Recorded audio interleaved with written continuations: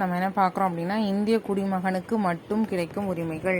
இந்திய குடிமகனுக்கு மட்டும் கிடைக்கும் உரிமைகள் என்ன அப்படின்னா, சரத்து 15. அதாவது ஜாதி, மதம், இனம், பாலினம் மற்றும் பிறப்பிடம் இதெல்லாம் வந்துட்டு ஒரு காரணமாக சொல்லி ஒருவரை பாகுபடுத்தி வேறுபாடு காட்டக்கூடாதுங்கிறதா சரத்து 15. இது இந்திய குடிமகனாக இருந்தால் மட்டும்தான் பொருந்தும்.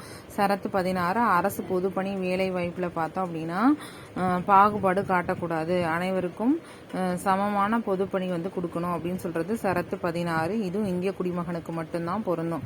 அடுத்து சரத்து 19 பேச்சுரிமை, கருத்துக்களை வெளிப்படுத்தும் உரிமை, அமைதியாக கூடும் உரிமை, கூட்டமைப்புகளை அமைத்தல், இந்தியா முழுவதும் சென்று வரல், இந்தியாவின் எப்பகுதியிலும் தங்கி வாழ்தல் மற்றும் வணிகம் அல்லது தொழில் செய்வதற்கான சுதந்திரம் சரத்து 19. இது இந்திய குடிமகனுக்கு மட்டும்தான் பொருந்தும். சரத்து 20 மற்றும் 30 இது கல்வி மற்றும் பண்பாட்டு உரிமைகள்.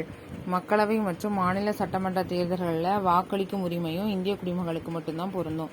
பாராளுமன்றம் மற்றும் மாநில சட்டமன்ற தேர்தல்களில் வேட்பாளராக போட்டியிடும் உரிமையும் இந்திய குடிமகனுக்கு மட்டும்தான் பொருந்தும்.